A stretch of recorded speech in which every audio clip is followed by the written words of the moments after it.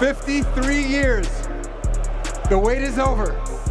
To Jim Dolan, Leon Rose, William Wesley, Coach Brown, and this incredible team, congratulations. You're the 2026 NBA champion.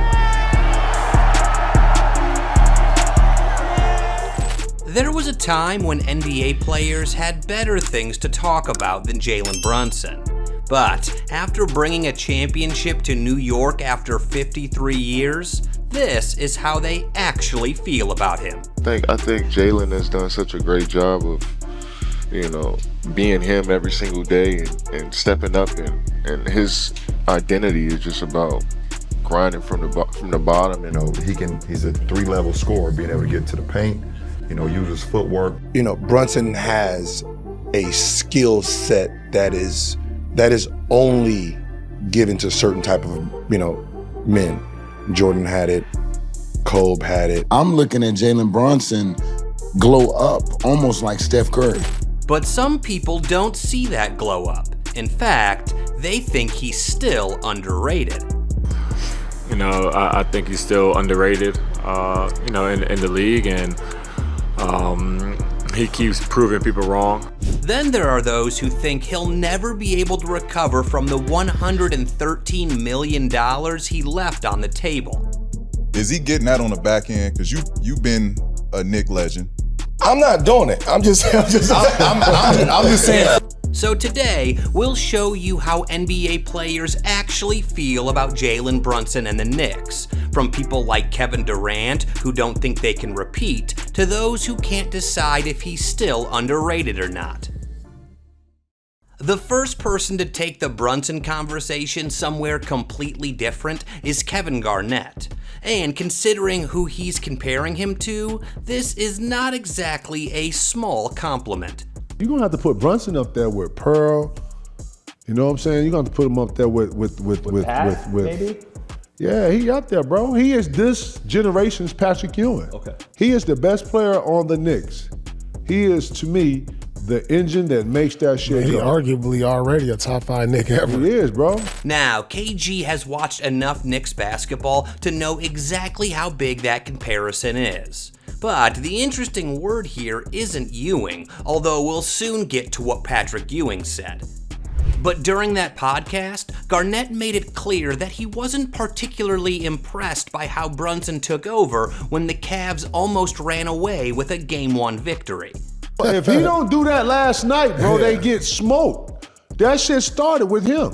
He hit 3-4 shots in a row, and they was on some, they was candy. They was, oh yeah. You know what I'm saying? Like, it was perfect. The stage was perfect for him to do what he did. And that's probably the best explanation for why Kevin Garnett is already putting him in the company of the Knicks legends already. Because when the Knicks start slipping, Brunson steps up and carries the team. However, if you want to know why Brunson remained unguardable throughout last season's playoff run, you've got to ask a New York Knicks hater. And this is what he said. And I felt obviously Brunson, he did Brunson thing. I was a little worried about his one-on-one play the game before. It was really, really heavy in terms of him coming down the court, stopping and popping, getting one shot. But he put the team on his back, and he got to his spots, like Lou said. He was able to get right in front of the rim and use his offensive touch to really, put the icing on the cake. Coming from a self-professed Knicks hater, that was pretty accurate. But here is LeBron James taking it even further. Here, King James explains how the Knicks were able to enhance Brunson's strengths. And the New York Knicks have built around Jalen Brunson on what his style is. Gritty guys, tough guys, long wing guys, and that's allowed him to be special on what he does. And like you said, being able to score the ball, get to the free throw line. He's a 3-level scorer, being able to get to the paint, use his footwork, things of that nature. We always talk about guys who went to Villanova. That's one thing they're gonna have, and that's great footwork. Yeah. You're never gonna be off balance. And that footwork is a big reason Brunson can make bigger defenders look completely lost. But there's another problem, and Bron got to it during his podcast with former NBA legend Steve Nash. He's so good at taking those little advantages or big advantages, stopping the game, creating a space for himself, and asking the defense, who's going to come guard this space? Because if you do, I play him behind. And also add on to that, he's a lefty. You know, which different. also changes it too. You know, our league is so, 90% of our league, 95% of our leagues are righties. You know, and the lefties that's dynamic in our league is sometimes just hard to kind of get a cadence of that. The Manu Ginobili's, the James Hardens, you know, now the Jalen Brunson. Like it's a different feel when a guy's coming at you lefty. You know. Later in this video, you'll hear about this lefty issue again. But like LeBron said, it gives you an edge, and eventually Brunson was able to get the job done. Since then, Charles Barkley has called him the greatest free agent signing ever. Shaq agreed, and there's more on JB. However, teammate and friend Josh Hart said something many people agree with. And you want to hear what NBA star defender Iman Shumpert said in response. As a friend, you're happy he was getting, recognition. I think he's still underrated, in the league, and he keeps proving people wrong, game by game, series by series, playoff appearance by playoff appearance. As a friend and a teammate, it's funny because, he's one of the best players in the league, and you're happy that he's starting to get some, recognition. Indeed, Brunson is still a little underrated because even now, lots of people would still consider Luka Doncic or Ant-Man for the face of the league over Jalen Brunson. But Iman Shumpert thinks there's a catch. I think it's a two-part answer. I feel like two things could be true at once. He is, I guess, underrated, but that's because we're not used to seeing a small guard win at this rate, right? So anytime he has any deficiencies in his game or he doesn't shoot it well, we like to key in on it. But I can't say he's underrated around the league because you still got to put eyes on him. You still got to have a scheme for him. He's still going to do his thing and perform well. And that's probably the best explanation for why Brunson still seems underrated. But with what happened in the East since the end of the season, it's clear that the Ops consider him a major threat. In other words, nobody preparing to play Brunson is under the impression that he's harmless. And Shumpert's next point is even more blunt. The only underrating you're doing with Jalen Brunson is saying he's small. He's a small guard, but when we look at this, he still has the clutch factor that's gonna make sure that we're gonna balance all of this out. Like, there's deficiencies. We're gonna go to the other end. Yeah, y'all might be able to post up. Y'all might be able to do this, do that, but I can take you to the island and I can drown you. So I don't think he's underrated. I think the league kind of knows we're taking notice, and he's taking names. Remember when LeBron spoke about the advantage that lefties have? Iman Shumpert brought it up too. He compared Brunson to James Harden back in his Houston days, and here's why. Why the comparison to James Harden, though? Why would you prepare the same for both of them? Lefty, they play angles really well. You got to remember, James Harden, Houston James Harden, he get downhill. You know what I mean? Before that floater came, he go down there and he punched that thing. Jalen Brunson gets that same momentum. It's true, Jalen and Harden both have that lefty momentum. But what they do as lefties during the fourth quarter is different. In fact, from the last 30 playoffs, Jalen Brunson is second only to 2011 Dirk Nowitzki in most fourth quarter points per game. He's ahead of Kobe Bryant, Shaq, and Michael Jordan. Gilbert Arenas spoke about this. Like when Dame was, Dame was like fourth quarter bandit and hitting them big shots. That's Brunson. It's every game. It's like he does not fail. Like, I don't care what he does not fail. He's never disappointed in the fourth quarter. No big game, right? No matter what happens in the first three, them last 5 minutes, that man shows up. Then Arenas doubled down by making a comparison that really got people's attention. But, Brunson has a skill set that is only given to certain type of men. Jordan had it, Kobe had it. I think Brunson mentally is the closest thing to what Kobe was in the fourth quarter.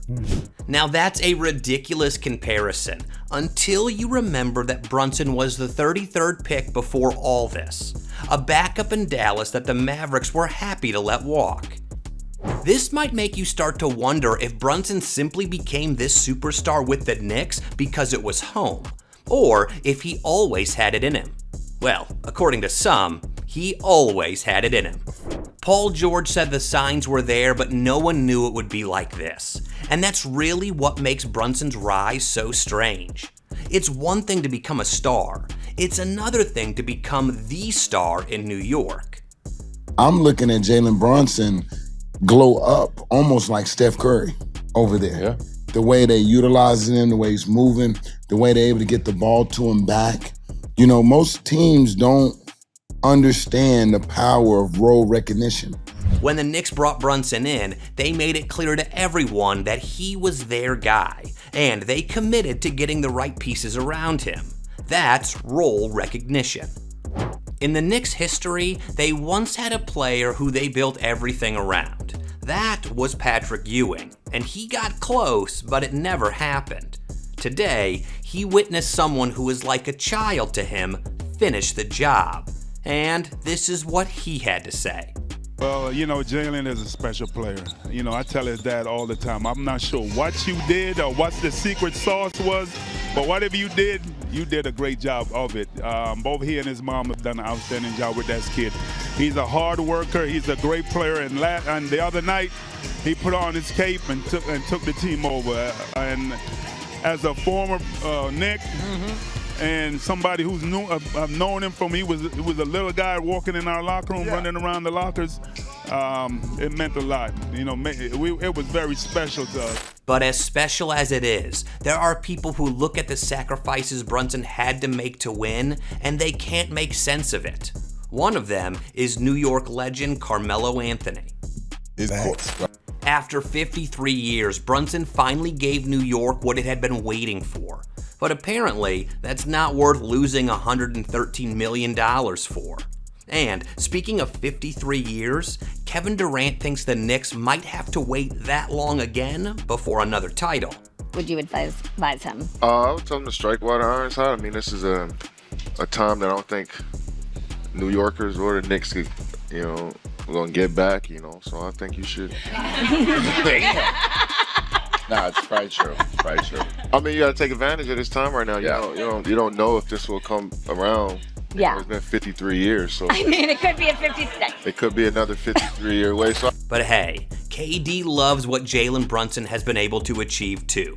I think Jalen has done such a great job of, being him every single day and stepping up, and his identity is just about grinding from the bottom and like you said, being somebody in New York City who was, made history in New York City. I mean, right now it's an important time for him in the Knicks, and I feel like he's going to take full advantage of it.